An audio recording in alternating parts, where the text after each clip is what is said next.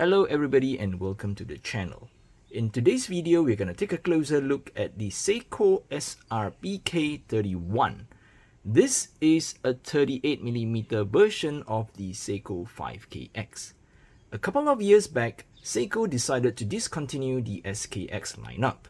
It was replaced with what a lot of us call a 5KX series. Why? Because it's a Seiko 5 in an SKX case. They upgraded the movement from a 7S26 to a 4R36 with hacking and hand winding features. The 4R36 is essentially based on the 7S26 but with those two upgrades. Other than the upgrade, they basically downgraded the watch from an ISO rated diver watch with 200 meters of water resistance and a screw down crown to just a regular 100 meters of water resistance and a push-pull crown. A lot of watch enthusiasts are not happy because Seiko jacked up the price while not giving the watch a true upgrade. Oh well, inflation to blame. Since the 5KX, there have been many colors variations and many collaborations and stupid large numbers limited editions. I had the limited edition Street Fighter version which I have sold off. Then a kind of true upgrade came when Seiko introduced the GMT version, which is this one that comes with a 4R34 movement. This is my Seiko Blueberry. I think they nickname it the Blueberry. So it is essentially a regular version 5KX, but it has a GMT movement inside it. Now, this is the 5KX in 38mm version. I believe it is supposed to be a spiritual successor to the SKX013. So this is my SKX013, which I have modded the bezel and the bezel insert. So this one, it's a 38mm version of the SKX series.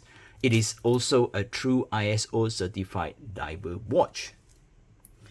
I did a review of this Seiko SKX013 a long while ago and also some videos about how I upgraded the bezel. So if you're interested, there will be links in the description box or either in the top right corner of this video. This SRPK31 has a cream or champagne dial, and it comes with not a black bezel insert but kind of a very dark green bezel insert, and it is matte. It has a case diameter of 38.1mm when I measured from 2 to 8, and the lug distance is 44mm. It has a thickness of 12.1mm and it comes with a standard 20mm lug width. Powering the watch is a Seiko in-house automatic movement 4R36 with day and date complication. Yep, the hands are blocking that complication. Let me just move them back to 1010. So there is a day and date complication. The power reserve is around 40 hours and the rated accuracy is from -35 to +45 seconds per day. Not exactly accurate, but this doesn't really affect me because I normally rotate my watches daily. The watch comes with a 120 click unidirectional dive time bezel.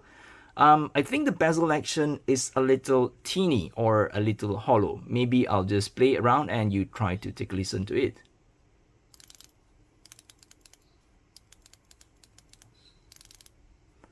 Okay, I'm not sure if you can hear it. There's some like clicky metallic sound when I play with the bezel, so that's why I call it a little teeny. The watch comes with the Hardlex crystal, which is Seiko's proprietary toughened mineral crystal.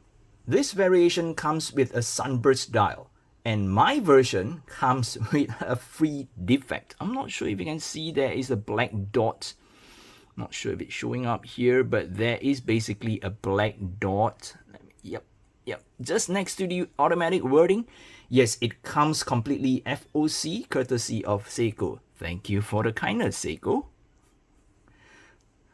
The day and date window opening does not come with any metallic framing. It's just chamfered at best. All the hands are highly polished and they look to be clean from burrs or sharp edges, which is good. The hands and markers are filled with Seiko's Lumi-Bright and they never disappoint in terms of brightness and longevity. The case is brushed on the top and has polished sides. It retains the cushion-like case of the original SKX.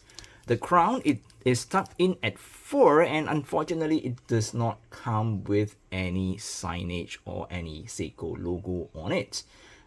However, the watch comes with drill lugs and I think this makes removing the bracelet a lot easier. The bracelet is an oyster style bracelet that comes with, as you can guess it, hollow and links. All the removable links are held in by pins. The clasp is a pressed metal clasp. However, the biggest downside for me is the lack of micro adjustment. 2 positions. Come on Seiko, what are you thinking? The watch comes with a see-through case back where we can see the 4R36 movement inside. It's nothing fancy, but it's a reliable movement. So why don't we just put this watch on my 6-inch wrist and see how it looks.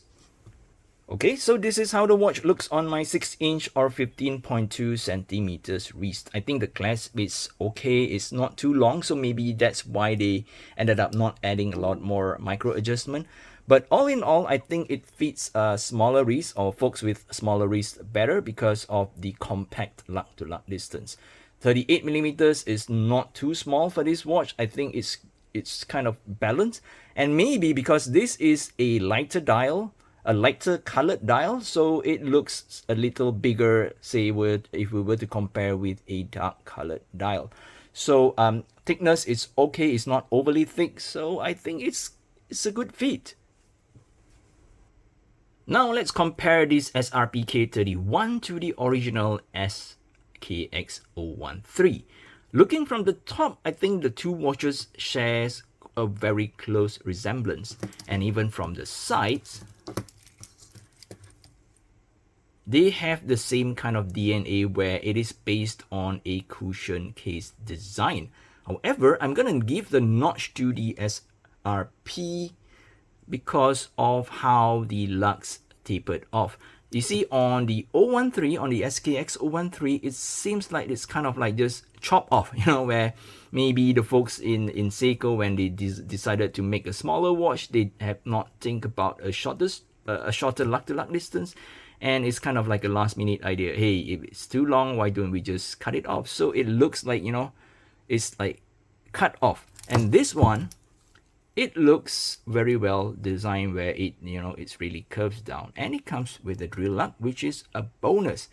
And in terms of clasp, even though with the lack of micro adjustment, I'm gonna give the edge to the new one because it comes with a push button deployment clasp. Whereas on the SKX 013, it is a very, very crude friction fitted clasp, you know, where we lock it in, close it in place, and when you want to really remove the watch, when you want to open up the watch, you will have to struggle to pry it off. Okay, so there's no push button deployment. So that's my comparison with the SKX 013. Other than that, of course, yes, I know this is a true dive watch. I'm just tired of mentioning it again and again. I do not want to sound like a broken record. Yes, this is a true ISO certified dive watch. This is not.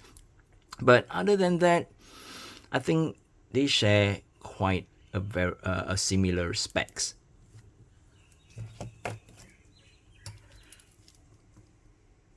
Now let's compare this with the Seiko Solar 38mm. Okay, straight down you can see that these two watches, they are not from the same family. Alright, even the side profiles. The SRPK31 has a cushion case, whereas the Seiko Solar has a very angular or kind of like a slim mid case design, and it's brushed on the sides as well. Whereas on the SRPK, on the SKX series, they have high polish on the sides. The Solar only comes with 2 high polish chamfers running across the case. What's different also, yes, this Solar is a certified ISO certified dive watch, 200 meters of water resistance, screw down crown, and you can see that the crown is at 3 o'clock, unlike the SRPK31 that has the crown at 4. And another thing that is kind of like a better design over the SRPK is that this Seiko Solar comes with a sapphire crystal. Yeah, so people have been asking for a sapphire for, I don't know, since the dawn of time, from Seiko. And they finally decided to add in sapphire, but not for all their Prospect series, for certain Prospect series. And this Seiko Solar, being part of the Prospect, comes with the sapphire crystal. But if you can see, sapphire crystal, it has a higher reflective index than a mineral crystal, and without any anti-reflective coating, this may be slightly reflective. Another good thing about this, because it's a true ISO certified dive watch, if you're planning to go diving with it, it comes with a dive extension, which I'm struggling to open up. Okay. Oh boy. Yeah, so okay. It comes with a dive extension. So the idea of a diver extension is, when you want to wear this watch over your dive suit, then you can extend it a little so that you can wear it over your dive suit. Okay. Another improvement over the SRPK31 is the presence of extra micro adjustment, which is always welcome, when the weather changes, and things get hot, your wrist gets swells out. Let's compare it with the 5KX GMT. I don't have the regular 5KX anymore. I've sold my limited edition Street Fighter, so this is the next best I can find to represent the regular size 5KX lineup. And from the profile from the top, we can see that these two watches, they share a same DNA. I think you can say that this is the bigger brother, this is the younger brother or a younger sibling. The sides profile, I think they share the same side profile as well. So cushion case design, drill lugs. Of course, this one comes with a Jubilee style bracelet. This one comes with an Oyster style bracelet. I cannot recall if the regular 5KX comes with a magnifier. I don't think it comes with a magnifier. But this one, because it's a GMT movement, it's a 4R34, it doesn't has a day complication. So it has an extra GMT hand, okay, to show you 24 hours so that you can track minimum 2 time zone, maximum 3 time zone if you know how to do it. The bezel, it's for this one, because it's a GMT, it's not a unidirectional bezel, it's a bi-directional bezel. Unfortunately, it's just a friction fitted bezel. Okay, there's no click click click click where you can play around with it. So yeah, I think because of cost cutting measure, but so far the bezel has been staying in place quite good. Alright, from the size, you can see this one is a lot bigger. I cannot recall the dimensions. If you want to know more about this watch, of course, click the link on the top right corner of this video. I guess that's it for this video. If you're interested to know more about the other watches, please do click on the links provided. I will put some links in the description box below as well. So if you're new to the channel, please help to subscribe to my channel. It really helps me a lot. And I think that's all for this video. Take care. See you guys in the next video. Bye bye.